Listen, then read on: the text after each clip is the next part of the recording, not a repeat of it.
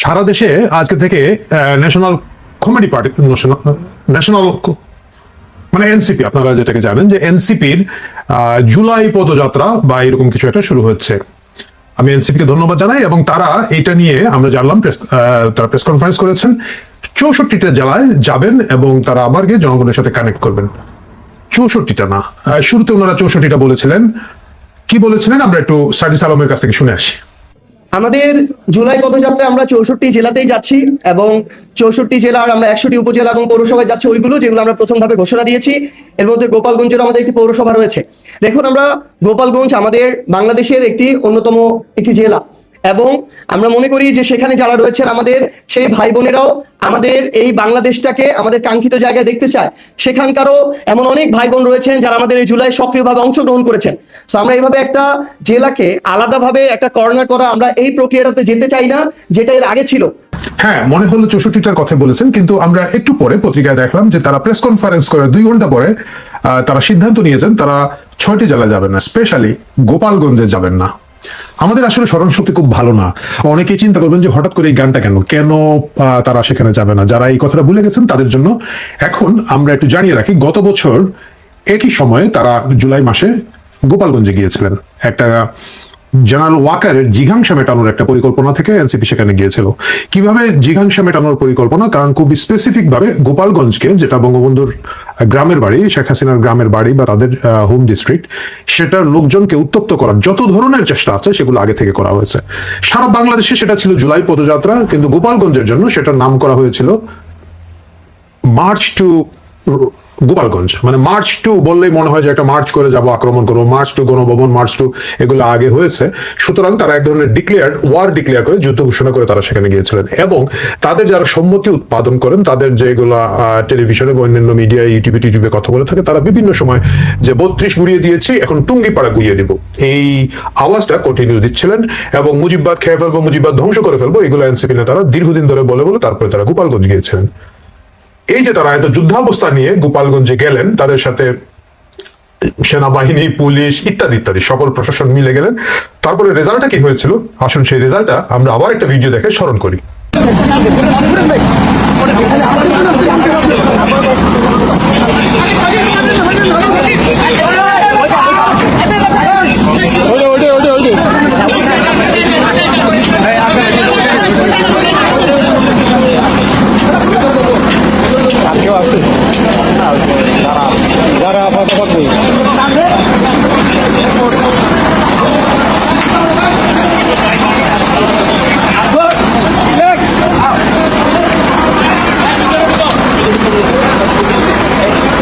Long story short, আমাদের বীরপুঙ্গবদেরকে সেখান থেকে সেনাবাহিনীর স্পেশাল এপিসি বলে, এটাকে আর্মার্ড সামথিং সামথিং, মানে খুবই যুদ্ধযান, সেটাতে করে উঠে আসতে হলো। আমরা ভিডিওতে দেখলাম যে এটার মধ্যে দৌড়ে দৌড়ে আমাদের জননেতা সার্জিস আলম, জননেতা হাসনাত এবং জননেতা আখতার সাহেব দৌড়ে দৌড়ে উঠছেন এবং সেভাবে তাদেরকে সেখান থেকে নিয়ে আসা হলো।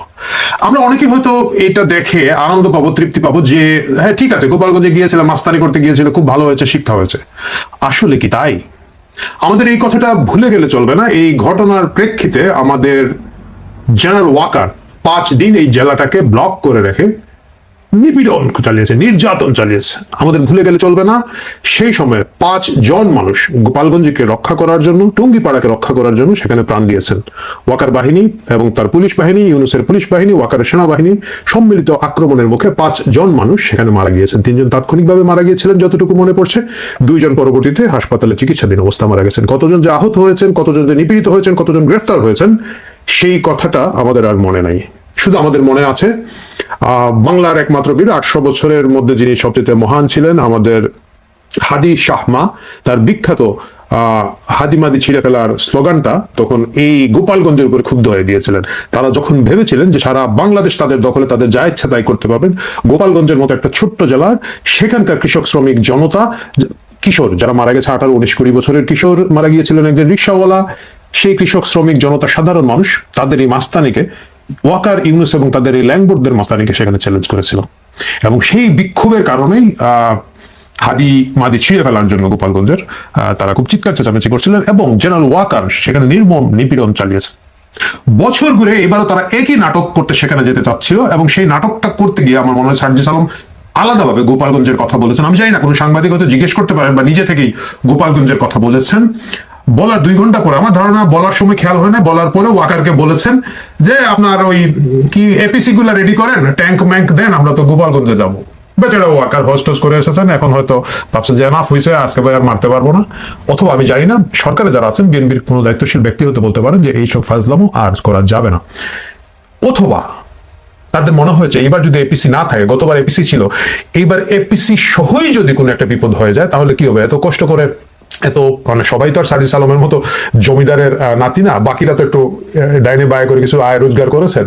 তো সাদের টাকা পয়সা কি হবে যদি গোপালগঞ্জে গিয়ে আমরা নিজেই মানে গোপাল হয়ে যাই? এই জন্য তারা শেষ সময় ঘোষণা দেওয়ার মাত্র 2 ঘন্টা পরে তাদের হুঁশ ফিরে এসেছে, এবং তারা আরো 5টি জেলার সাথে মিলিয়ে গোপালগঞ্জকে তাদের এখান থেকে সরিয়েছেন। আমি দেখলাম কোন একটা পত্রিকায়, খুব সম্ভবত প্রথম আলো লিখেছে যে নিরাপত্তাহীনতার কথা ভেবে তারা সেখানে যাওয়া বাদ দিয়েছে। আমি মনে করি এনসিপির নেতারা একটা দায়িত্বশীল কাজ করেছেন। তারা নিজের নিরাপত্তা, নিজে বাঁচলে বাপের নাম, তারপরে মানে নিজে বাঁচলে ওয়াকারের নাম না, নিজে বাঁচলে নিজের বাপের নাম, ওয়াকারের নাম আপনাদের মনে না রাখলেও চলবে। সেই ক্ষেত্রে তারা এটা বুদ্ধিমানের মতো কাজ করেছেন, এবং তারা এই যে উস্কানিটা দিতে যাচ্ছিলেন, এবং সেই উস্কানিটা যে বা যারাই এটাকে ইন্টারফেয়ার করে থাকুক, সরকার করে থাকুক, নিজেদের দলের কেউ করে থাকুক, শুভবুদ্ধির উদয় হোক, অথবা সেনাবাহিনীর পক্ষ থেকে করা হোক, তারা একটা দায়িত্বশীল কাজ করেছেন।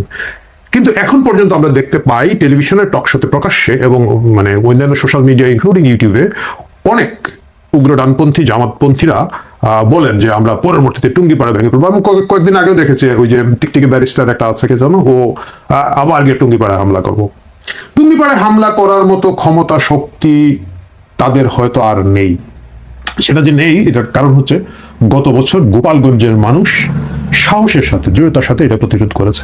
গোপালগঞ্জ ছিল একটা বিশাল প্রতিরোধ। গোপালগঞ্জে এক ধরনের নীরব গণহত্যা চলিয়েছে, কিন্তু তারপরে গোপালগঞ্জ রুখে দাঁড়িয়েছে, এবং সেটা যে 1 বছর পরে এনসিপির মনে আছে সেটা তাদের জন্য ভালো। এবং ভবিষ্যতে আরো কেউ যদি টুঙ্গিপাড়া গুড়াতে যান, তারা যেন এই পরিণতির কথাটা মনে রেখে যান যে সবসময় এপিসি বা হেলিকপ্টার দিয়ে তাদেরকে হয়তো উদ্ধার করা যাবে না। আমি এনসিপি নেতাদের সারা দেশব্যাপী জুলাই পদযাত্রার শুভকামনা করি, এবং আমি আশা করি তারা দায়িত্বশীল বক্তব্য দিবেন। বিভিন্ন জায়গায় গিয়ে যে তারা যন্ত্রণা তৈরি করেন, পাবলিক নিউসেন্স তৈরি করেন, এগুলো থেকে 1 বছর বয়সটা ওনাদের বেড়েছে, একটু হয়তো দায়িত্বশীল আচরণ করবেন বলে আমি আশা করছি। যেমন ধরেন কোনো কাজ নাই, কর্ম নাই, কি হলো গিয়ে কক্সবাজারে গিয়ে, মানে এখনকার যে স্বরাষ্ট্রমন্ত্রী আছেন তার এলাকায় গিয়ে তার নামে আজে বাজে গালাগালি হাবিজাবি করেছেন। তো তারপরে কি হলো, সালাউদ্দিন সাহেবকে কিন্তু তার লোকজনকে দিয়ে ব্যারিকেড দিয়ে এই যন্ত্রণাকে কক্সবাজার পার করে দিতে হলো। আমরা ঢাকা দেখলাম মির্জা আব্বাসের মতো একজন লোক, যাকে আমি অন্তত পক্ষে আমরা আমাদের ছোটবেলা কিশোরবেলা দেখেছি, তারা এরশাদ বিরোধী আন্দোলনে তখন অনেক ইয়াং ওনারা ছিলেন, ঢাকার মেয়র ছিলেন, পরবর্তীতে তার এলাকায় তিনি একজন সম্মানিত ব্যক্তি দীর্ঘদিন ধরে, তাকে নিয়ে ক্রমাগত উত্তক্ত করা, ট্রল করা। আমি বলছি না যে রাজনীতিতে আপনি প্রতিপক্ষের বিরুদ্ধে কিছু বলবেন না, প্রতিপক্ষের বিরুদ্ধে বলবেন, নির্বাচন করবেন, কিন্তু তা ছিল না। একেবারে ওই যে ছাগল চোর একটা আছে, আসিফ নজরুলের ছাগল চুরি করে নাসিরউদ্দিন পাটোয়ারি ক্রমাগত প্রতিটি কথা এই লোকটাকে ট্রোল করতে করতে এই বয়োবৃদ্ধ লোকটাকে একেবারে মানসিকভাবে অসুস্থ করে ফেলেছে, এবং উনি দীর্ঘদিন ধরে এখন বাইরে চিকিৎসা নিচ্ছেন, শুনলাম ভালো আছেন।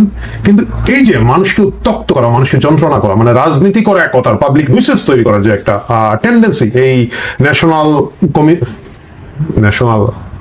সিটিজেন পার্টি বলতে না, যাই হোক ওই ন্যাশনাল কমেডি পার্টি বলে না যাই বলুন, তাদের যে আছে, এইটা যেন তারা এইবারও না করেন। কারণ দেশটা এক ধরনের শান্তি এবং স্থিতিশীলতার ভিতর দিয়ে যাওয়ার একটা পরিকল্পনা আছে। লোকজন টায়ার্ড, এক্সস্টেড, অর্থনীতির অবস্থা খুব চ্যালেঞ্জের, লোকজন চাচ্ছে এই সময় এই ধরনের উস্কানি তারা যাতে আর না দেন তাদের এই পদযাত্রা এই গোটা জুলাই মাস ধরে, সেটাই তাদের কাছ থেকে আশা করবো। এবং এই দায়িত্বশীলতা যদি তারা পালন করতে ব্যর্থ হন, কক্সবাজারে সালাউদ্দিন সাহেব তাদেরকে উদ্ধার করে দিতে পারেন, গোপালগঞ্জে ওয়াকার তাদেরকে উদ্ধার করে দিতে পারেন, কিন্তু তাদেরকে মনে রাখতে হবে তাদের বড় দাদা ডক্টর ইউনূস এবং তার সরকার এখন সরকারে নাই, হয়তো বিএনপি গোটা বাংলাদেশের সেই পরিমাণ নিরাপত্তা তাদেরকে দিতে পারবে কিনা আমার সন্দেহ। এবং সাধারণ মানুষের সাহস অনেক বেড়ে গেছে।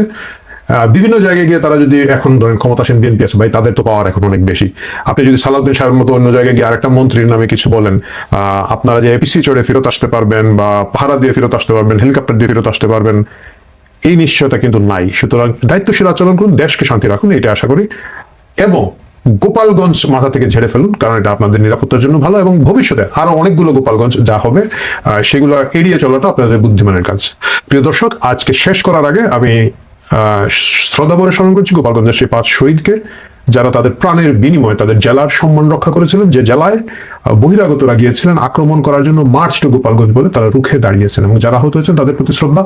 আমি জানি না আওয়ামী লীগের যে নেতারা আছেন তারা এই 5 শহীদ পরিবার এবং অন্যান্য আহতদের খোঁজ খবর নিচ্ছেন কিনা। যদি না নিয়ে থাকেন, আমি এই ভিডিওর মাধ্যমে দৃষ্টি আকর্ষণ করছি আপনারা এই কাজটা করুন। সাধারণ মানুষ অকাতরে আপনাদের জন্য প্রাণ দিবে, কিন্তু আপনারা দায়িত্বশীল ভাবে যদি সেটাকে মূল্যায়ন না করেন তাহলে সেটা খুবই দুর্ভাগ্যজনক অবস্থা হবে এবং সেটা আপনাদের জন্য কোনো শুভ ফল বয়ে আনবে না। এমন কিছু ঘটনা ঘটে যেটি সবকিছু বাইরে আসে না, ভেতরে ভেতরে সেটি নিয়ে আরো অনেক ধরনের অঙ্ক তৈরি হয়, নানান কিছু তৈরি হয় যা সেনাবাহিনীর ভেতরেই থাকে। কিন্তু সেনাবাহিনীর সঙ্গে যারা সম্পৃক্ত, এখন যারা কর্মরত আছেন কিংবা সাবেক, তাদের অনেকের মধ্যে সেগুলো আবার আদান প্রদান হয়, তথ্যগুলো কিছু বের হয়, কিছু বের হয় না। কিন্তু সেনাবাহিনী যেহেতু একটি সুশৃঙ্খল বাহিনী হিসেবে প্রতিষ্ঠিত, কিন্তু মাঝে মধ্যেই সেই সুশৃঙ্খল পরিস্থিতি থেকে তারা বাইরে চলে যায়, ভেতরে নানান বিশৃঙ্খল পরিস্থিতি তৈরি হয় যার প্রভাব বাইরেও চলে আসে এবং এগুলো নিয়ে নানান ধরনের উৎকণ্ঠা তৈরি হয় এবং তারও প্রভাব সরকারের উপরে পড়ে, রাষ্ট্রের উপরে পড়ে, এমনকি সাধারণ মানুষের উপরেও মাঝে মধ্যে পড়ে থাকে। আর সবকিছু মিলিয়ে সেনাবাহিনীর একেবারে উচ্চপদস্থ যারা কর্মকর্তা তারা খানিকটা তটস্থ হয়ে পড়েন। ঠিক তেমনি একটি ঘটনা খুব সম্প্রতি ঘটলো। সেটি হচ্ছে যে আমরা অনেকেই জানি 2024-এর 5ই আগস্টের পরে নতুন প্রেক্ষাপটে সেনাবাহিনীর ভিতরে যেমন নানান ভাবে ওঠানামা করেছে, সেনাবাহিনীর ভিতরে যারা আওয়ামী লীগের পক্ষে ছিলেন, মুক্তিযুদ্ধের পক্ষে ছিলেন, সেটা যেমন তারা যেমন খুব কোণঠাসা হয়ে পড়েছিল, তাদের বড় একটা অংশকে গ্রেপ্তার করা হয়েছে, তারা অনেকে কারাগারে আছেন, আবার যারা ধরা পড়েননি বা গ্রেপ্তার হয়নি তারা বাইরে আছেন এবং ভেতরেও চাকরিতেও কিন্তু এখন বড় একটা অংশ রয়ে গেছে। তারা যে একদম তাদেরকে বের করে দেওয়া গেছে শত চেষ্টার পরেও তেমনটা নয়। অন্যদিকে যারা স্বাধীনতা বিরোধী পক্ষের সঙ্গে যুক্ত কিংবা আওয়ামী লীগ বিরোধী যারা আছেন, অর্থাৎ বিএনপি, জামাত বা অন্যান্য রাজনৈতিক মতাদর্শের যেই সেনা কর্মকর্তারা কিংবা সৈনিকরা আছেন, তারাও কিন্তু ভিতরে আছেন এবং তারা আপনাদের সবার চোখের সামনে ভাসবে 2024-এর 5ই আগস্ট যেই সেনা কর্মকর্তারা বা সৈনিকরা খুব উল্লাস প্রকাশ করে বঙ্গবন্ধুর প্রতিকৃতি, বঙ্গবন্ধুর স্ট্যাচু ভাঙচুর করেছে, সেটা কিন্তু সবার নজরে আছে। এর বিপরীত দিকে আরেকটি ঘটনা 5ই আগস্টের পরপরই ঘটতে শুরু করে। সেটি হচ্ছে যে আওয়ামী লীগের সময়ে যেই সেনা কর্মকর্তা কিংবা সৈনিকরা বিভিন্ন অভিযোগের কারণে চাকরিচ্যুত হয়েছিলেন, তাদেরকে সেনাবাহিনী থেকে বের করে দেওয়া হয়েছিল, তাদের মধ্যে কেউ কেউ বিভিন্নভাবে চেষ্টা করেছে বিভিন্ন বিদ্রোহমূলক কর্মকাণ্ডে জড়িত হতে, সরকারের বিরুদ্ধে নানান ধরনের তৎপরতায় লিপ্ত হতে, কেউ কেউ জঙ্গি তৎপরতায় সরাসরি সম্পৃক্ত হয়েছিলেন এবং আওয়ামী লীগ সরকার তাদের বিরুদ্ধে নানান সময় কিছু পদক্ষেপ নিতে পেরেছিল।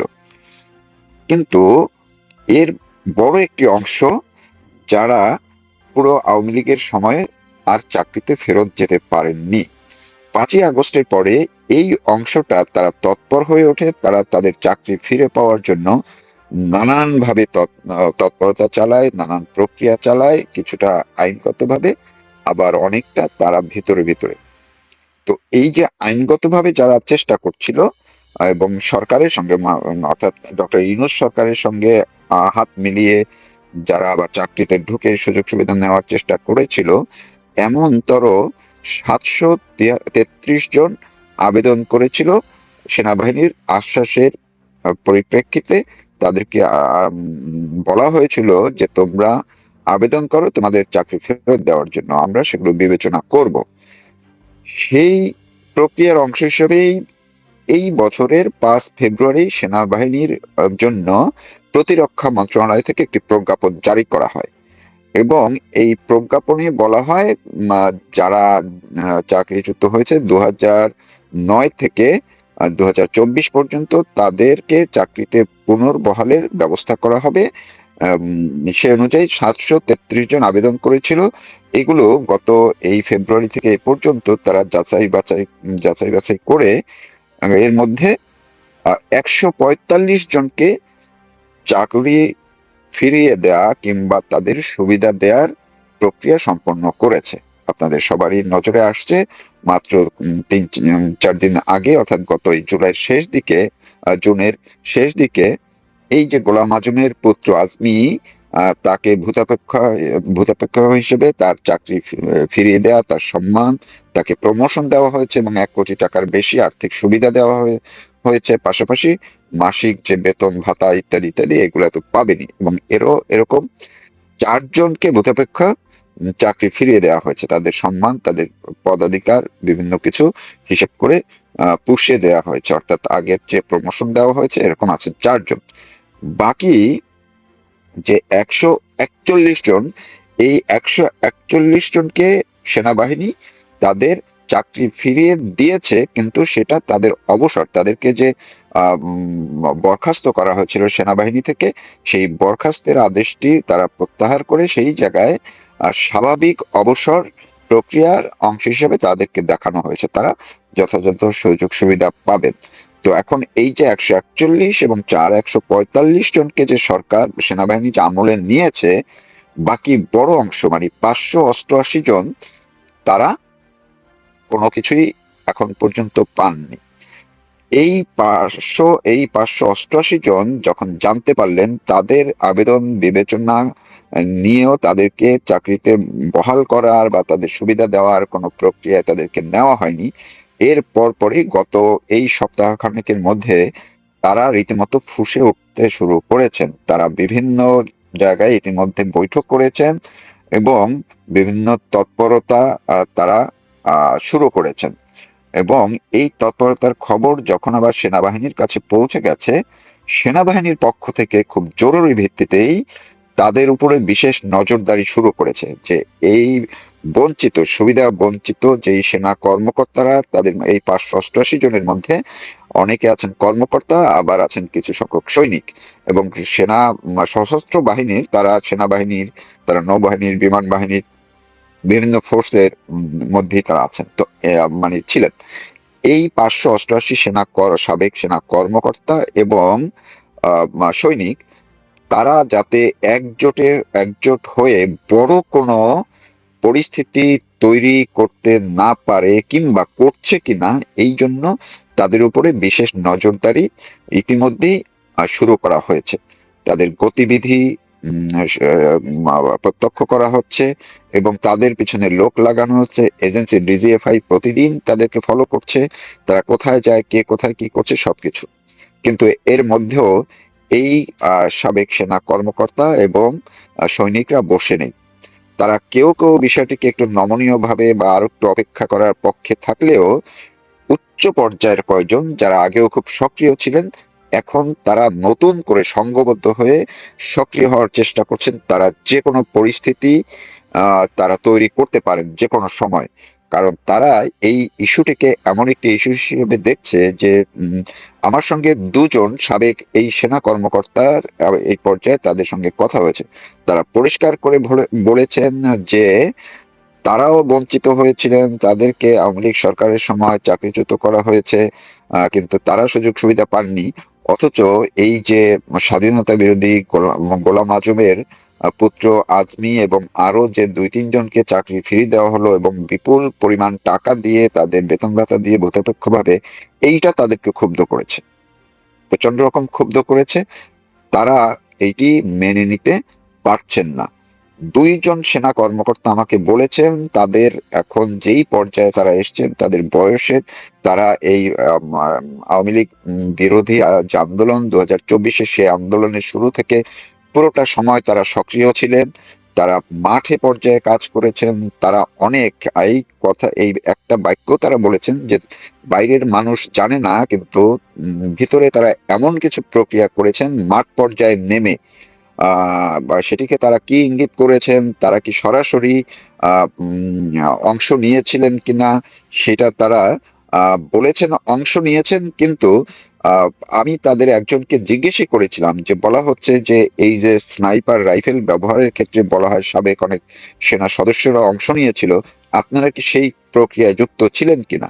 স্বাভাবিক কারণেই সেই প্রশ্নের তিনি উত্তর দেননি, তিনি বিষয়টি এড়িয়ে গেছেন।